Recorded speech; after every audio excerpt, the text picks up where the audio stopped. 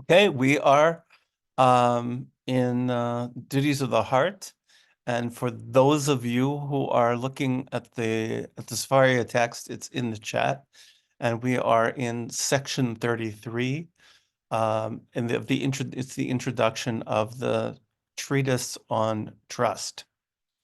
And we just finished, if you remember, and for those of you who have this beautiful blue edition, we are in the first volume, page 358, 359. So those of you were here last week, we talked a lot about alchemy, and I promised I would show you some alchemy things. So this is a book of Jewish alchemy. And this is one of this is one of the pictures. It's really quite, it's really quite remarkable. I don't begin to understand it at all, at all, at all, at all. This is one of my favorites. I don't know what that does, but it looks pretty cool. Any case, it's a remarkable thing. I mean, I have no idea what to make of the whole thing. And literally I can't make heads or tails of it. But apparently he thought this was an important thing to talk about. Interestingly enough, it doesn't fit well into his flow of thought. As we'll see, he kind of picks up where he left off before. Because he was talking about the benefits. He's talking about the benefits of trusting in God. And he kind of takes a left turn into this alchemist thing. And I guess the idea of the alchemist is that the alchemist is the person who feels that he can kind of take control of creation, right? The alchemist is the person who, or at least in some sense, maybe actually can, right? I mean, that's the presumption, is that this actually works. And if this actually works, it means he's able to take creation in his own hands, and he's able to kind of manufacture his own money, right? He's able to manufacture his own living. And so he's the opposite of the person who trusts in God, because the person who trusts in God is depending upon God, and the alchemist is depending upon himself. And so he takes this kind of, I think, as a thought experiment and says, well, let's suppose you were an alchemist, and let's suppose you could take care of yourself. Let's suppose that you could make money from dirt. Would you be better off? And ultimately he says no. Okay, ultimately he says no. So I think that was the reason for this left turn, but now we're going back to his trajectory originally in the introduction. So he's talking about the benefits. He's talking about the benefits of having trust in God. So it's in the middle of the page for those of you who have the blue book, and otherwise section 33 for those of you following in Sefaria. So an advantage of trust in God in respect to religious life. So now he says, remember he said that both materially and religiously, both in terms of Torah and in terms of one's everyday life, there are advantages to trust in God. Now he's talking about trust in God in terms of one's religious life. So an advantage of trust in God in respect to religious life is that he who trusts in God, if he has means, will hasten to meet his monetary obligations to God and to man with a willing soul and generous spirit. Right? So if he has what he has, he's going to pay his debts to God. He's going to pay his debts.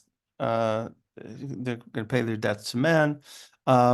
With a ruach nediva, it's a beautiful translation, actually, a generous spirit. If he has no means, he'll regard his lack of money as one of God's favors toward him, for he is free of the obligations to God and to man which money imposes, and he's spared the aggravation that is involved in maintaining it and managing it, as is told of one of the pious. He used to say, "May God save me from the distraction of the soul." So if God provides you with a lot of means, then you'll be able to take care of your obligations and do what you have to do. And if God doesn't provide you, then you're freed up from those obligations because there's no way that you can do that. And you'll be thankful because you'll say, well, thank God I don't have to, deal with all that, right? I don't have any distractions from my spiritual life. I don't have to worry about my businesses. I don't have to worry about my bank accounts. Baruch Hashem, I have time. And he was asked, what is this distraction of the soul? He said, owning property in every port and city. So the guy, he's a person who obviously had been very wealthy, and he owned the property in all sorts of places, right? He owned property in all sorts of places, and he was very happy that he had lost his property because now he was freed up. He was freed up to be able to study, Torah and to pursue his spiritual life. And says this is as our sages of blessed memory said. He's quoting Pirkei Avot. He says, Mar ben chasim, mar bedaga. The more money you have, right, increase your wealth, you increase your worries, right? That's the the more money we have, the more we have to worry about it. Oh, okay, Nathan, I can't mute you. You have to mute yourself. There you go. Poor Nathan. He sounds like he's marching through the North Woods. Well, he's probably headed to Gershom's house. So it's probably right, heading over there. Okay. So he trusts, he says more possessions, more worry. And then it also says, Mia Osher, who's the person who's wealthy? The person who is Sameach B'chelko, the person who is happy with what they have, who's happy with their portion. So so so between those two things, right? It's a person, if a person doesn't have a lot, right? It can be a blessing as long as they're happy with what they have.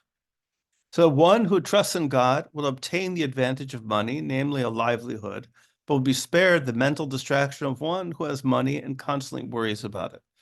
Right? So part of trusting in God, he says, is that God will take care of you, right? But he's not going to burden you with all the worries that can come with money, right? There's so many things that can come with you worrying about your bank accounts, you're worried about this investment and that investment, and this property and that property, and you have one in this country and one in that country, right? All could be very very mind-consuming. Will be spared the mental distraction of one who has money and constantly worries about it. As the wise man said, this here is quoting Kohelet, the book of Ecclesiastes, so he's referring to Shlomo HaMelech, King Solomon. Sweet is the sleep of the laborer, whether he eats a little or much, but the prosperity of the rich man does not let him sleep. Right, that person who works, they come home and they get to quit their job for the day, and they're done, and they get to sleep and relax. But the person who has a lot of property and has a lot of things to worry about, right? They're constantly worrying about their material stuff, and so that they don't get to sleep. I did that. But when I was writing my master's thesis, I took a lateral transfer from a job where I was the supervisor to a job where I was like lower down in the hierarchy, precisely for this reason. Because I came home and I didn't have to think about the job. Right. I have to admit, one of the things that I least miss about teaching high school is that every evening of my life is not taken up by grading papers and answering emails and all of those things. Yeah, technology has not helped us in that respect. The job used to, follow me home. But yeah, there's a lot to be said, for I remember somebody once asked, I think it was Abraham Twersky, about Hasidim and work and something, and he said, a true chassid has no career, only a job. I think that's what he said, right? Because a career is something that becomes all consuming and becomes, it becomes what you are and what you are and who you are. Well, as opposed to a job is something you go to, you work, and you come home, and the purpose of your life is not your job. So another advantage is that one who trusts in God is not hindered in his trust by wealth, for he does not rely on his money. Rather, he regards it as a deposit which has been commanded to use in certain ways for certain purposes for a limited amount of time.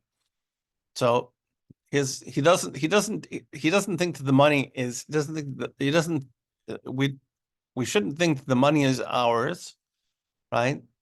But that it's given to us for safekeeping, so to speak, to be used for a certain amount of time. And so when it comes time to lose it, we'll lose it, but for a certain amount of time, and we're supposed to use it for certain purposes. It's for the purpose of taking care of our families, it's for taking care of the people around us, purpose of tzedakah, charity. And for a certain amount of time. If it stays in his possession, he does not mind on its account become arrogant, right? He doesn't become arrogant. He doesn't remind the recipients of his charity of the kindness he rendered to them, for he is only performing his duty, right? It's not me who's giving the charity. I'm just the representative or the messenger, right? I'm the middle person. Not the giver of the charity. He does not wish to be thanked and praised for his kindness, but thanks the Creator may be exalted for having made him an agent of kindness, right? If he loses his money, he will not grieve or mourn in its absence. Rather, he thanks God when the deposit is collected, just as he thanked him when it was first given to him. He says to say thank you very much when the wealth was given to you, and said thank you very much when the wealth is taken from you. And again, we said when the wealth gets taken from you, how nice that gives you. That's going to give you more time for other things, maybe. Maybe switch around your priorities a little bit. You'll learn simple living, high thinking. Who knows what it will do for you. Having said that, I wish everybody that they should keep their wealth, and the wealth should grow.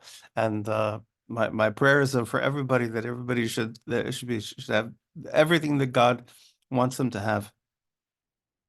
So he rejoices in his portion, does not seek to injure anyone, does not covet anyone's property. As the wise man said, a righteous man eats only until he is satisfied, which sounds, I love this line, tzaddik ochel l'savav nafsho. The righteous person, tzaddik, really righteous person in the saint, right, eats only until they're satisfied. It's not an easy thing to do. And obviously, if you take it in the big picture, it doesn't mean just eating food, but consuming, right, of all kinds. The ability to be able to consume up until the point that you're satisfied, and to know your point of satiation is not an easy thing.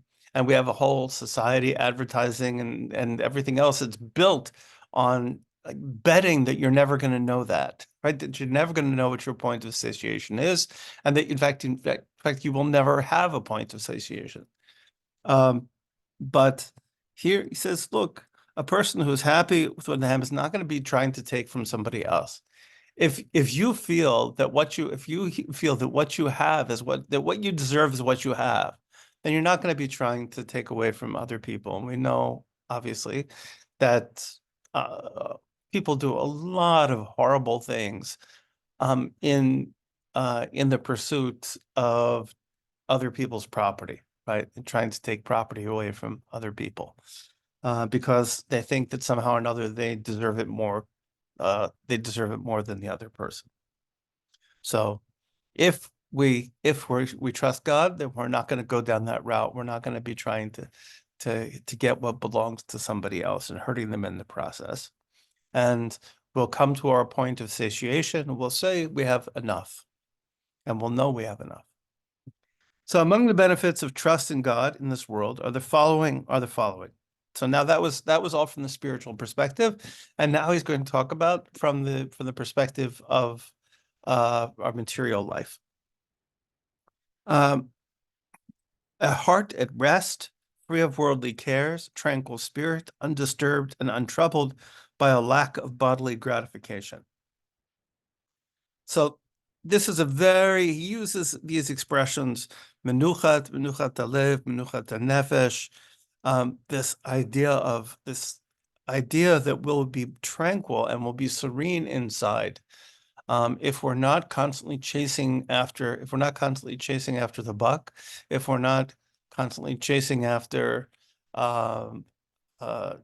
thinking that somehow or another we need more and more and more and more, and that if we trust God to provide us with the provisions that we need, then we're not going to be, we're going to have a sense of calm and security and peace.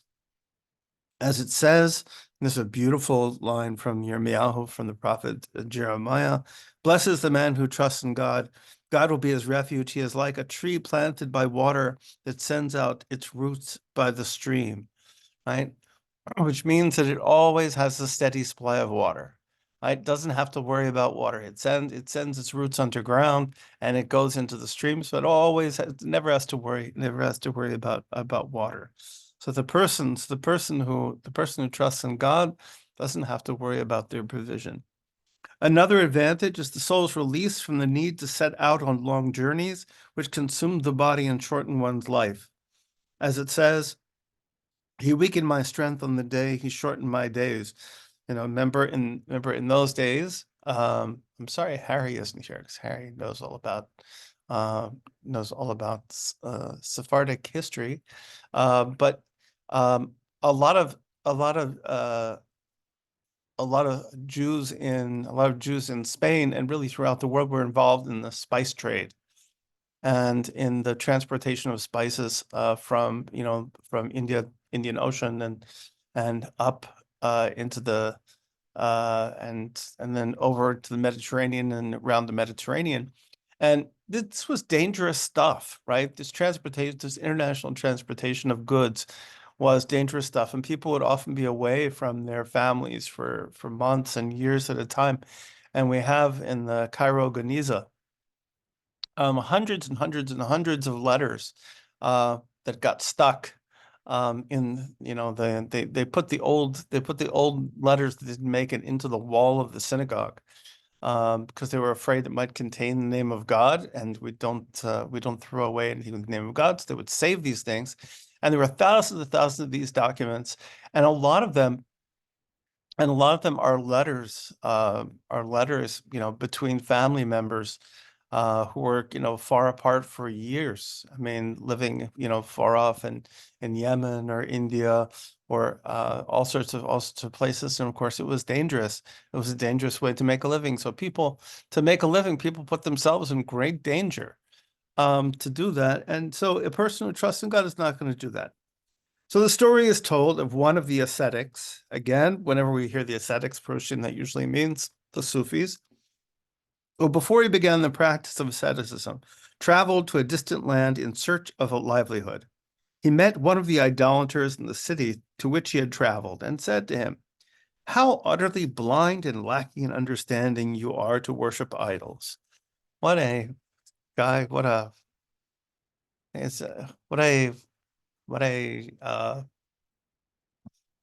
diplomatic man. He says, "And what do you worship?" said the idolater. "I worship the omnipotent creator, the one provider and supporter. There is nothing like him." The idolater said to him, "Your actions contradict your words." "How so?" "If what you say were true," said the idolater, "he would have provided you with a livelihood in your own city as he does here, and you would not have gone to the trouble of traveling to a distant land such as this one." Unable to reply, he returned home to his own land. It was then that he assumed an ascetic regimen and never again left his city. right? So guy said, well, how come you're not, you're talking the talk, but you're not walking the walk, right? If you really trust God, you'll trust God at home, just like you say you trust God here, and you wouldn't have to be here arguing with me, living among idolaters, which apparently causes you such pain. So, you should go home. So he went home and he became an ascetic. So other advantages are emancipation of soul and body from wearying occupations, from professions that exhaust the body, and avoidance of the service of kings, enforcement of their laws, and the oppression of their subjects. Right? That was a popular job for Jewish people in those days, was to work for the government. And apparently, to work for the government, probably today too, requires you to do things that you probably don't want to do, and cause hurt and harm to other people. And so better not to have to do that, not to take professions that exhaust you, right? Um, uh, but do something that you can make your livelihood, but without it consuming you. One who trusts in God chooses a source of livelihood that offers his body more rest, acquires for him a good name, affords him leisure for reflections, is more conducive to fulfilling his religious duties, and is in harmony with his beliefs. I just yesterday, I've been in synagogue. We've been studying Mishnah. And there's a commentary on the Mishnah. The Mishnah was a collection of Jewish teachings from the first, second century. And there's a commentary by a guy named Pinchas Kahati. And it was written, Pinchas Kahati was a Jewish scholar who got a job as a bank teller in a very sleepy bank. Right? There was just not a lot of customers. And so while he was waiting for customers, between the customers, he would write this commentary on the Mishnah, and he of course completed an entire commentary on the Mishnah while being a bank teller. Right? So that was the perfect job. I forget, was it Kafka or something? Was worked for the post office, right? Government jobs are really good, apparently, if you if you need a little extra time to think for yourself, right? It's good to get the kind of government job where you get to, think a lot. There's also, I remember in India, whenever you saw like the name of somebody who wrote like a big book, um, of classical Hindu literature, something like that, it was always somebody who worked for the government because they had plenty of time on their hands. They drank tea and they wrote their book, and every once in a while they did their job. So, okay. So, he'll do something which gives him leisure for reflection, conducive to fulfilling religious duties, is in harmony with his beliefs. For practical means will not in the slightest degree either increase or one's portion or detract from it unless by God's decree.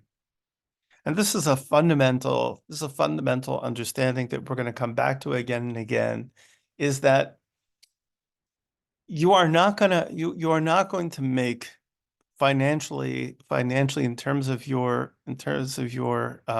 parnasa or your risk, your provisions in this world. You are not going to make any more or any less than God decides you're going to make. And so there's no point in trying to cut corners, right? There's no point in trying to do something which is illegal, immoral. There's no point in exhausting yourself to the point where you can no longer function. None of that makes any sense because you're going to get what you're going to get. And he quotes here from the book of from I think it's from Yirmiyahu. For not from the east or from the west, and not from the wilderness is one lifted up, but it is God who judges, bringing down one and lifting up the other. Right? And we see this in life. We see people who are flying high, and then go very low. We see people who are very low who are then flying high. Ups and downs are part of ups and downs, including in our financial situation and in our provisions are uh, are part of life. There are times when we're more prosperous, times when we're less prosperous, and times when we work harder, times when we get to relax a little bit. That's normal. As it says, my soul wait quietly for God, for my hope comes.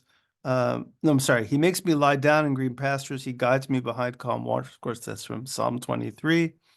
Like that if I'm gonna that he gives knowing that God is taking care of me, and trusting that God is taking care of me, and that maybe I don't know exactly how that's going to come, and I don't know exactly. I'm just going to do my part, right? I'm going to do my part and try to do a job, try to do a job that allows me to do the kinds of things that I should be doing in the world. Gives me enough leisure to be able to think, and gives me enough, to be able to give charity, and gives me enough to be able to do what I see as my mission in the world.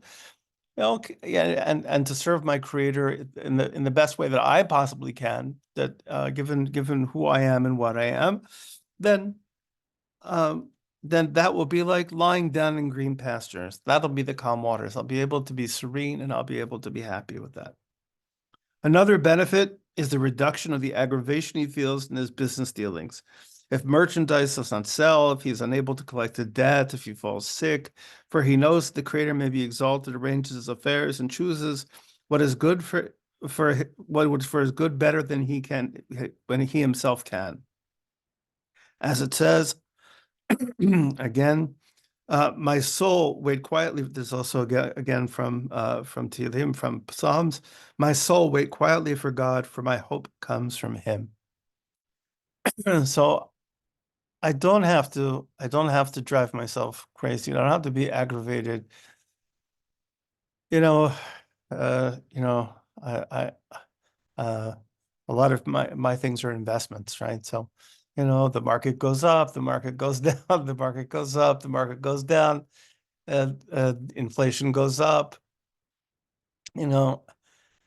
I assume, I know I have to remember and remind myself, okay, that God's going to provide me with whatever God provides me for, and if I'm thrown into some new situation, it's because I need that new situation.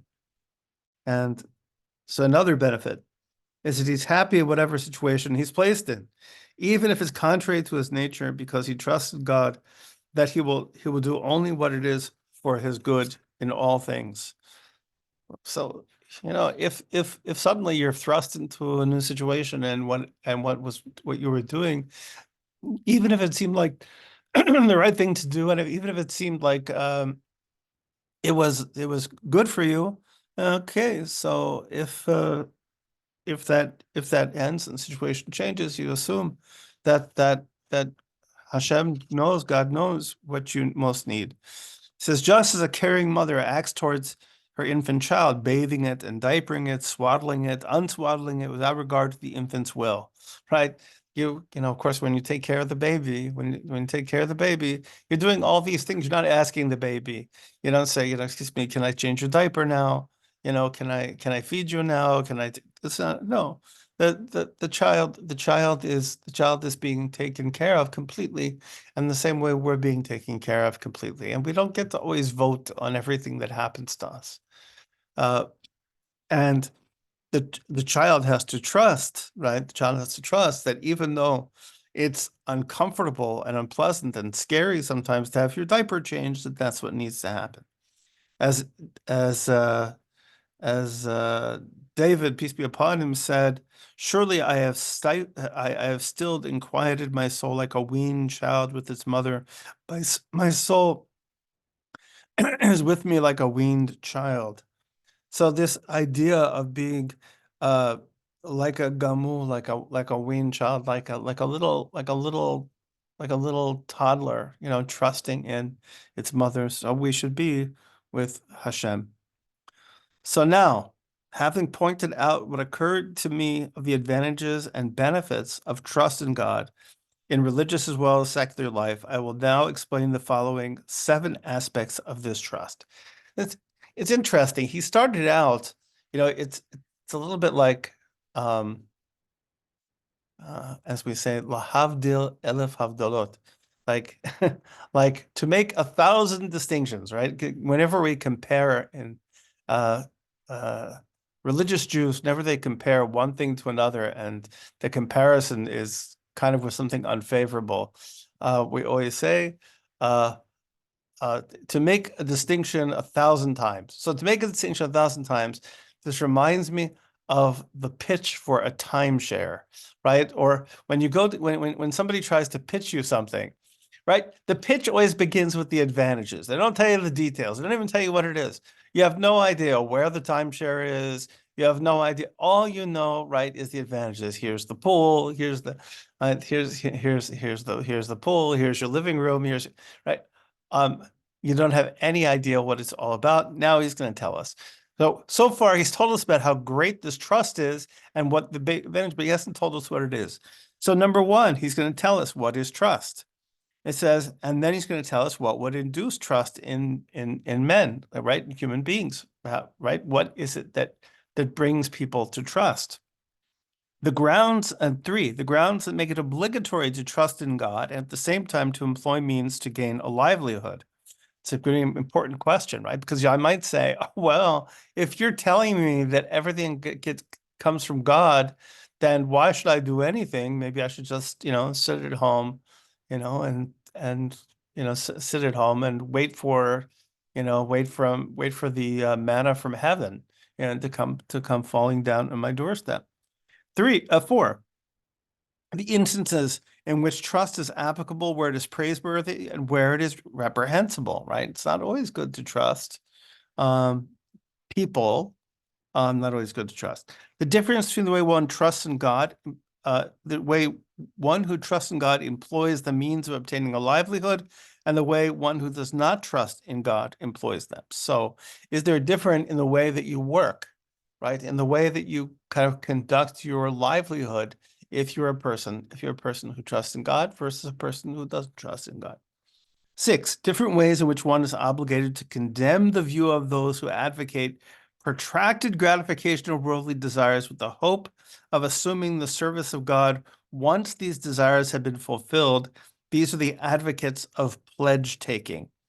Okay, so this is the Baalei Hamashkonot. This is a very important concept that he will deal with at great length, and in which imagine a person says, look, God, I will trust you and I will serve you.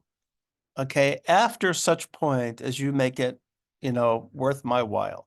So once I get my mansion and my stable full of fine Arabian horses, and my I don't know why I even said that, but maybe deep in my heart I want a stable of fine Arabian horses, and my piles of gold jewelry, and my summer home in Minnesota. Forget not the winter home, but a summer home in Minnesota. Smart man, right? And my summer home in Florida. Then no, I don't want summer home in Florida. My winter home in Florida. My winter home in Florida, summer home in Minnesota. Once I get all of that stuff, then I'm going to trust in you. You're going to prove yourself to me, right? You're going to prove yourself to me. And once you proved yourself to me, then I'm going to trust in you. Right. So he doesn't like that idea at all. And he's going to take into that. He's going to dig into that one. And finally, factors that inhibit trust in God, a summation of the topic and a brief survey of its parts. So we only have a couple more minutes. Let's start with the beginning of the trust. What is trust? Because the beginning is so beautiful. So, mahut habitachon hi menuchat nefesh habotech. He says, what is trust? Trust is the tranquility of the soul of the one who trusts. The menuchat nefesh. Okay, it's trust is trust is a state of self. It's a state of self. It's not just something that you do. It's a way of being that is serene and tranquil. His heart's reliance on the one in whom he trusts to do what is good and right for him in the matter of the trust, according to his ability and knowledge of what is for his good. So when we trust, okay, so here imagine, he's not talking about God yet. Okay, he's not talking about God yet. And in fact, he's going to go into this discussion about what it means for us to trust other human beings, which is also interesting because, as we all know, many of us have trust issues. Probably all of us have trust issues. But just like if there was somebody who you completely trusted, so let's say your parent, I'm not sure that that's true for most people, but let's imagine, okay, there's some person who you completely trust, right? And you know that they always have your good in mind.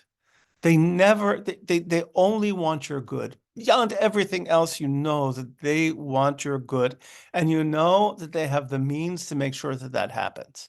So they can take care of it, right? They can take care of it, and you know they want your good, right? How calm and serene would you be, right? How calm could you be knowing that you are like fully taken care of by somebody who wants to take care of it and has the means to take care of it?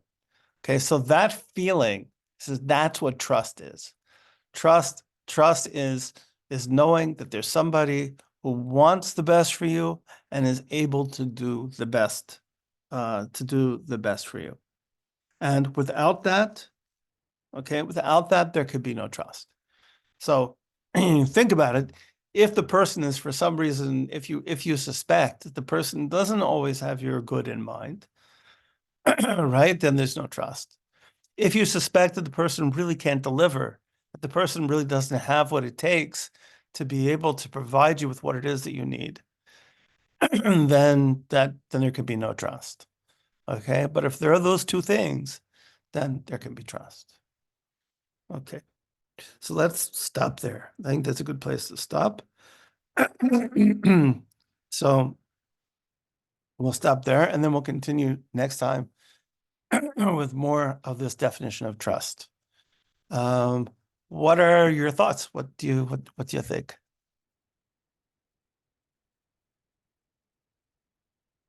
Everybody's so quiet. Yeah. Yeah. Yeah, you mentioned the horses. I think you were having ESP with me because about horses and a stable full of horses, because that relates to something which also relates to this lesson that happened to me just before I came here. The short of it was a debate online with somebody. Minneapolis Public Schools are talking about cutting the grade school music department. Oh. And on the other hand, they spend a ton on sports, right? And I got into a hassle online with somebody about this. And I didn't know this person, but I had said, look, sports are very elitist. You got to be really good to get on the team. Art is available to everybody, et cetera. And she went on this thing about, well, the parents can just pay for their children's music lessons.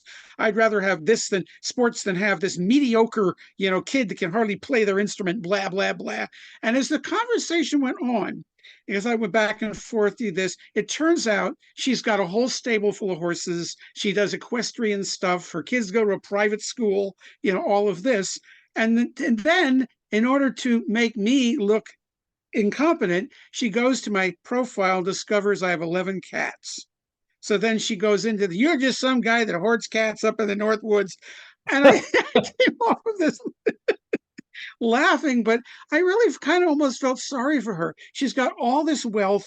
She's got everything that she could need. And she begrudges some kid in the inner city getting, clarinet lessons.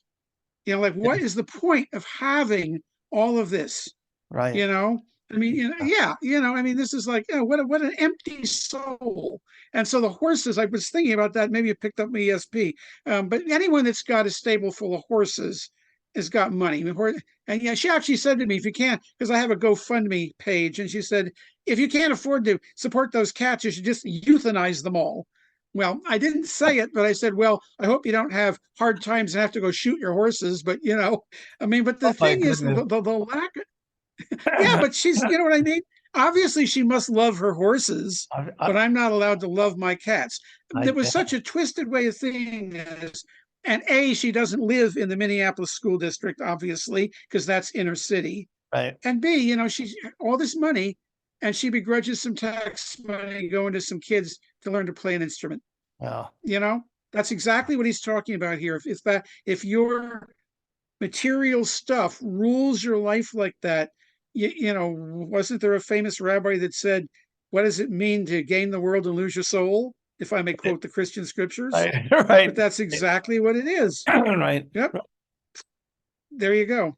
Oh, I just wanted to say on that I have been thinking a lot about, because, there's so much talk and obsession and fixation in popular culture with what is privilege. And there's this perception of, people having had certain things in your life that means that you're somehow elevated, or you have some special magical powers.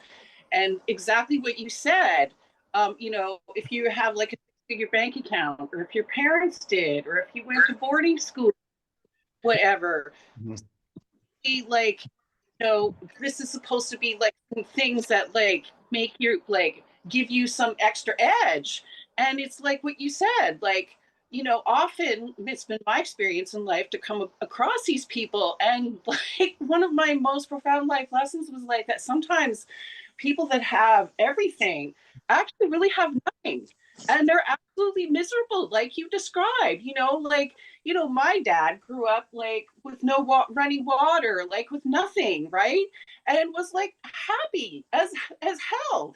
And some other person who grew up with everything, parents had everything, was miserable. And so then it just causes me to think, what are we talking about when we say, oh, privilege? Because sometimes, being poor and, living the life that is the refiner's fire, sometimes that's good, because then, all the dross goes to the surface, and then the things that you lose are, end up making you a better person, right? So as opposed to the destructive fire of having so much that it ends up erasing you. So I don't know, I just have been having this existential thought of what is privilege and what is beneficial. And we have these weird things in our culture that tell us that these things that are destructive are the things that we should be striving for in life. And the people that are living in the woods with their 11 cats making videos about how spring can be a spiritual lesson for people, are being told, oh, well, you suck.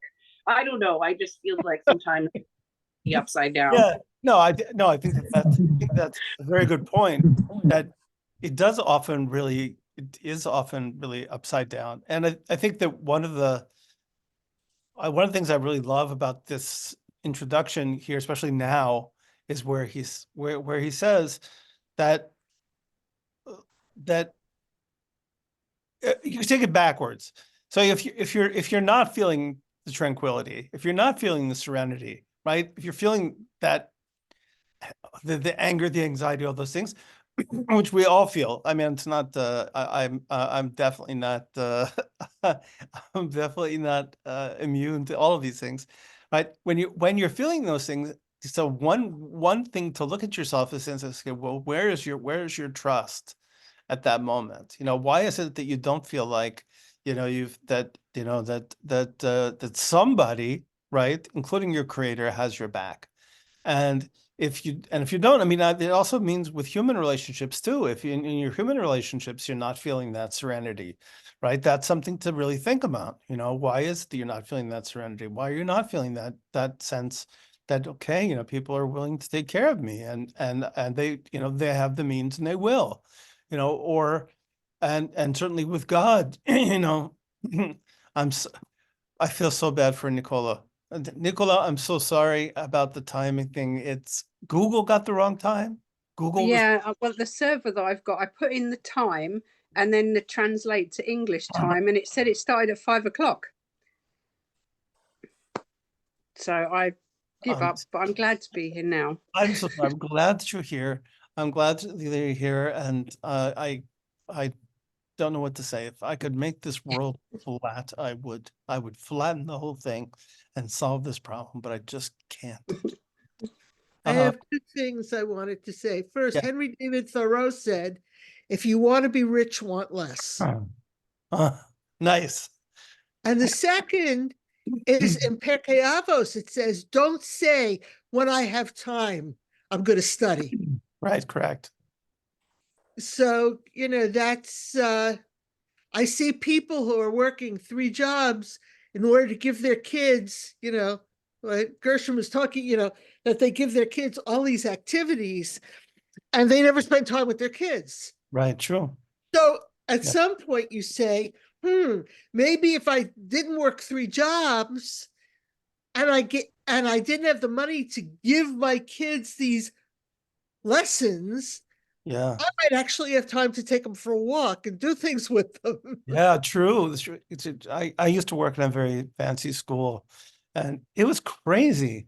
I mean, these kids, they had schedules that were just amazing, soccer 3 times a week and softball 3 times a week and this, that, and writing lessons and this lessons and that lessons. And it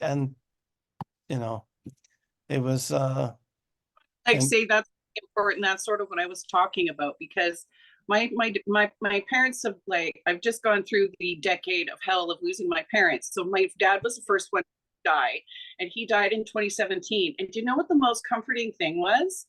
Not that he had all this money and this big fancy job, because he didn't. He had a good job and he provided, but we didn't have lots of special trips and lots of all of these accumulations. You know what was the comfort? The fact that he spent time. That if I went to wake him up, if I called him at 3 a.m, hey, Dad, I need a ride, he was getting up and doing the thing. And he was always there all the time. Right. Parents don't realize that you don't need to have the 3 jobs and be when I have money, because time is life.